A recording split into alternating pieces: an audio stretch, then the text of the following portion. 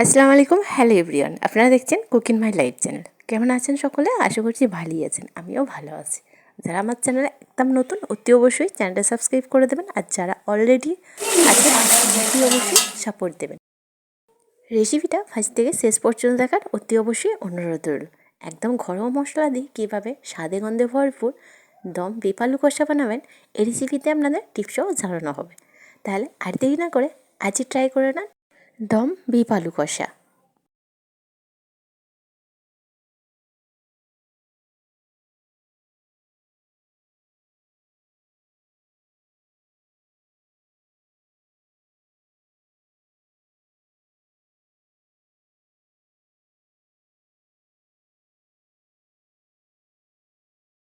দম বিফ আলু কষার জন্য যেরকম আপনাদের বিফের সাইজটা কাটিং করতে হবে একটু দেখে নিতে হবে। চিকেন চাপ কিংবা বিফ চাপ যেরকম কাটিংটা করে আর কি, চওড়া চওড়া একদম বড় বড় সাইজে সেরকম কাটিংটাই করতে হবে। এই যে দেখিয়ে দিচ্ছি, দেখতে পাচ্ছেন, একদম অতিরিক্ত মোটাও না আর একদম পাতলাও না। আর বিফটা কিন্তু একদম বনলেসই নিতে হবে। সেক্ষেত্রে এই যে 2 কিলো পরিমাণে নিয়েছি, ওটা ওয়াশ করে পানিটা ঝরিয়ে রেখেছি। আমাদের যেহেতু দমে দিতে হবে, আপনারা চাইলে প্রেসার কুকারের মধ্যেও দিতে পারেন, বাট আমি এখানে তামার হাঁড়ি দিচ্ছি। আর তামার হাঁড়ির মধ্যে ফার্স্ট আমাদের বিফটা অ্যাড করে দিতে হবে। আচ্ছা, এখানে একটা ছোট্ট টিপস দিই।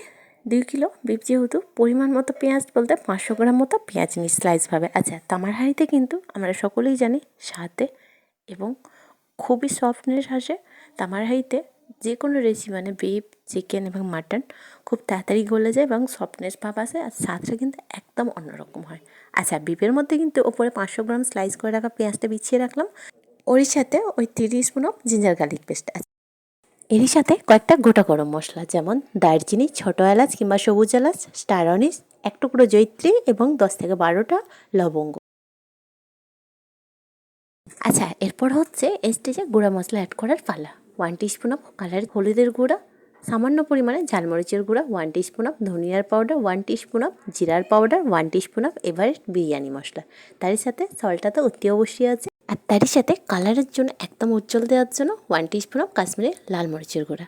ফার্স্টে আমি 50 গ্রাম মতো রিফাইন তেল অ্যাড করলাম। পরে কিন্তু আবারও কিন্তু যদি লাগে ফার্স্টে আমি 50 গ্রাম অ্যাড করলাম। যেহেতু বিফের পরিমাণটা একটু বেশি, 2 কিলো, সেক্ষেত্রে আমাদের 100 গ্রাম মতো তেল লাগবে। ফার্স্ট আমি 50 গ্রাম অ্যাড করে ভালো করে মাখিয়ে নিলাম, আবারও কিন্তু 50 গ্রাম মতো অ্যাড করলাম। অতি অবশ্যই রিফাইন তেলের মধ্যেই এটা বানাতে হবে। তারই সাথে কিন্তু 1 টিস্পুন অফের কাছাকাছি আস্ত জিরা, আর সাথে কিন্তু 150 গ্রাম মতো টক দই। এখানে একটা ছোট্ট টিপস দিই, হাত ঘষেই কিন্তু এই দম বিফ আলুটা বানাতে হবে। সময় ধরে এই হাত ঘষে বানাতে পারবেন, ততই কিন্তু স্বাদ বাড়বে। আর অতি অবশ্যই ম্যারিনেশন কিন্তু আপনাদের 45 থেকে 50 মিনিটের কাছাকাছি রেস্টিংয়ে রাখতে হবে। আচ্ছা, এখানে একটা ছোট্ট টিপস দিই, যখনই ভালো করে মাখা হয়ে যাবে তখনই এইরকমভাবে চপ সাজিয়ে সাজিয়ে রাখতে হবে। এখানে আরও একটা ছোট্ট টিপস দিই, এটা কিন্তু ম্যারিনেশনে রাখতে হবে 45 থেকে 50 মিনিটের কাছাকাছি, কিন্তু কোনো রকম পানি অ্যাড না করে।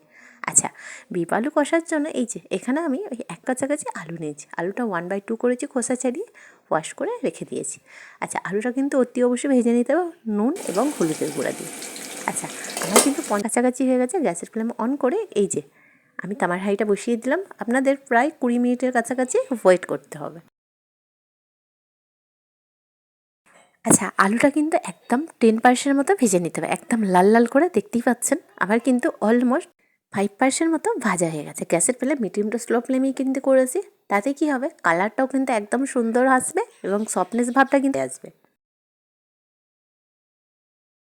ওইদিকে আলুটা তো ভাজা হয়েই যাচ্ছে, এইদিকে কিন্তু 20 মিনিটের কাছাকাছি হয়ে গেছে। তাহলে ঢাকাটা ওপেন করে একটু স্টার করতে হবে। আচ্ছা, যেহেতু বিফ থেকে অনেকটা ময়েশ্চার পাবে, টক দইটাও অ্যাড করেছি, সাথে পেঁয়াজ, সল্ট সব কিছুই আছে, সেক্ষেত্রে আপনাদের অনেকটাই ময়েশ্চার বেরোবে।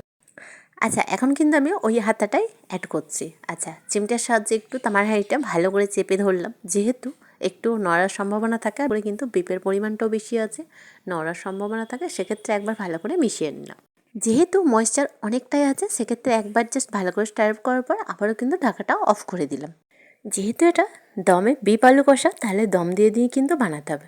যত কিন্তু ধীরে ধীরে একদম ধিমি আঁচে বানানো হবে, ততই কিন্তু স্বাদটা এবং এর ফ্লেভারফুল স্বাদটা, সিরিয়াসলি বলছি, একদম অন্যরকম অথেন্টিক আসে। এবার ঢাকাটা অফ করবো, 5-6 মিনিট মতো কাছাকাছি আবার ঢাকা ওপেন করবো, একবার করে স্টার করবো। এখনও পর্যন্ত কিন্তু আমি পানি অ্যাড করিনি, যতক্ষণ না পেঁয়াজটা একদম ম্যাশ হয়ে যাচ্ছে, মানে এর সাথে মিশে যাচ্ছে, একদম গ্রেভি ভাব আসছে, ততক্ষণ আপনাদের এইভাবেই কিন্তু ধিমি আছে একবার করে মানে ঢাকা অফ করে রাখতে হবে, আবার ঢাকাটা ওপেন করে একবার করে স্টার্ট করতে হবে।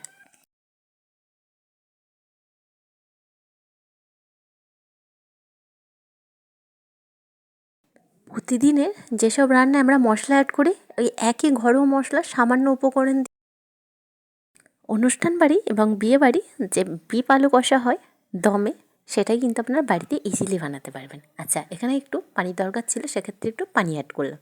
আমি কিন্তু উষ্ণ পানি অ্যাড করেছি। অতি অবশ্যই কিন্তু ফ্লেভারটা বজায় রাখার জন্য উষ্ণ পানিটা আপনাদের অ্যাড করতে হবে।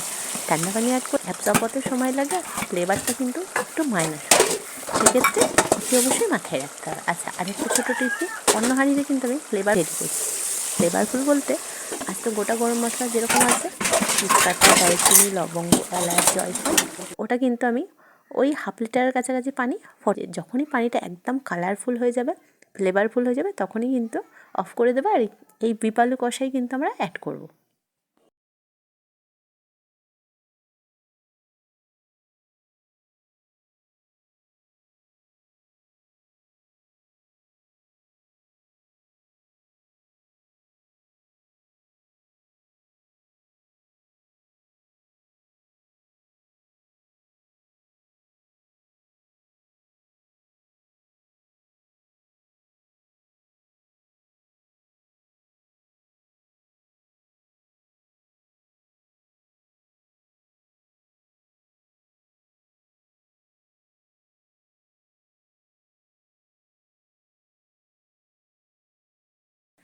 আচ্ছা, গ্রেভি টেক্সচারও চলে এসেছে, আর বিপটাও কিন্তু ফাইনালি আমাদের ওই 70% মতো কুক হয়ে গেছে।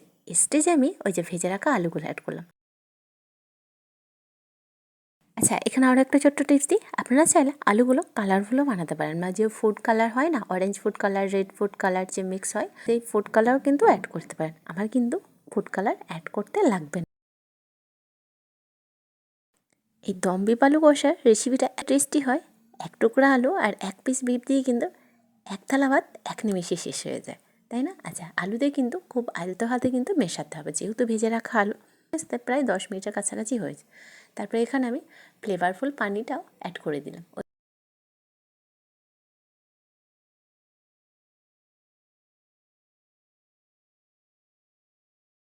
আচ্ছা, সামান্য হাফ গ্লাসের কাছাকাছি ফার্স্ট অ্যাড করেছিলাম, স্টেজে অ্যাড করলাম ওই 2 গ্লাসের কাছাকাছি পানি। তারপর হচ্ছে আলতো হাতে একবার মেশানোর পর ঢাকাটা অফ করে দিলাম। 15 থেকে 18 মিনিটের কাছাকাছি ওয়েট করলাম, ঢাকাটা ওপেন করলাম। মাশাআল্লাহ, দেখে নিশ্চয়ই বুঝতে পারছেন কতটাই না সুন্দর উজ্জ্বল কালার এসছে, আর দেখে একদম চলে আসছে। এতটাই টেস্টি হয়, এতটাই লোভনীয় হয় এই তরকারিটা, ফ্লেভারফুলটা এতটাই জবরদস্ত হয়, রুম, কিচেন রুম সব কিন্তু একদম মোহিত হয়ে যায়। আচ্ছা, এই স্টেজে আমি এই হাতাটা অ্যাড করছি। এই হাতাটা যেহেতু একদম একদম প্লেন মতো খুন্তির টাইপের, সেক্ষেত্রে এই স্টেজে এই হাতাটাই কিন্তু একদম পারফেক্ট। একবার ভালো করে কিন্তু মিশিয়ে নিচ্ছি।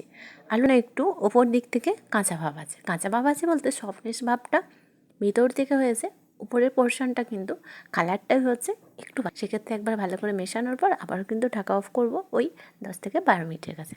তাহলে কিন্তু ফাইনাল আমাদের দম বিপ আলু কষা রেডি হয়ে যাবে।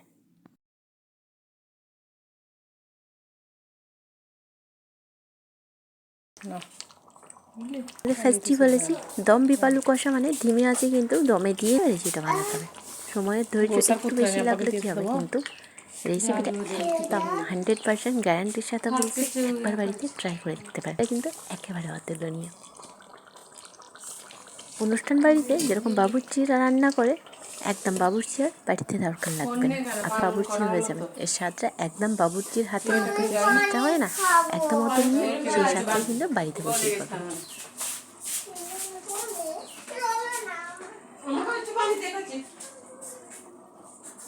দম বিপ আলু কষাটা শেষের পথে, চলেন ঢাকাটা ওপেন করে আলুটা দেখতেই পাচ্ছেন ইজিলি ভেঙে গেল। তাহলে আমাদের ফাইনালি দম বিপ আলু কষা রেডি হয়ে গেছে। তাহলে আর দেরি না করে একদম অনুবাইয়ের সাথে দম বিপ আলু কষা বাড়িতে ইজিলি বানিয়ে নিতে পারেন। বাসাতে ছোটোখাটো অনুষ্ঠানেই কিন্তু আপনারা নিজেরাই কিন্তু বাবুর্চির হাতের যে কিন্তু দম বিপ আলু কষা ইজিলি বানাতে পারেন। তাহলে আর দেরি না করে অতি অবশ্যই একবার ট্রাই করেন। ভালো লাগলে প্রত্যেকবার মতো কমেন্টে জানাতে ভুলবেন না। বাই দ্য ওয়ে, আপনারা দেখছিলেন cook in my life channel. আজকের রেসিপি হলো দম বিপ আলু কষা। আবারও দেখা হবে নেক্সট রেসিপির সাথে। ভালো থাকবেন, সুস্থ থাকবেন।